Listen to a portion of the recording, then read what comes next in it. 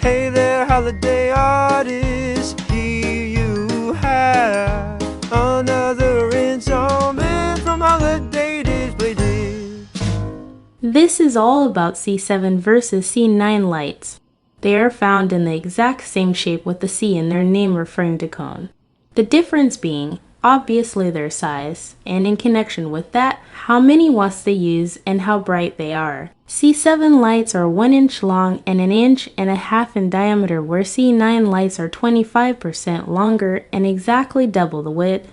Opinions may vary on when one is useful versus the other. It's my strong opinion that their application has to do with the size of the object. Examples are larger fully grown trees sometimes get lined with C9 bulbs, while smaller trees get lined with C7. In my opinion, houses are best lined with C9 bulbs, while baby barns and other small structures fit more with the C7. Some footnotes are that there are even smaller C lights, numbers 6 and 5, that obviously continue down the line of size. You also may less commonly see C9 and C7 bulbs written as E17 and E12.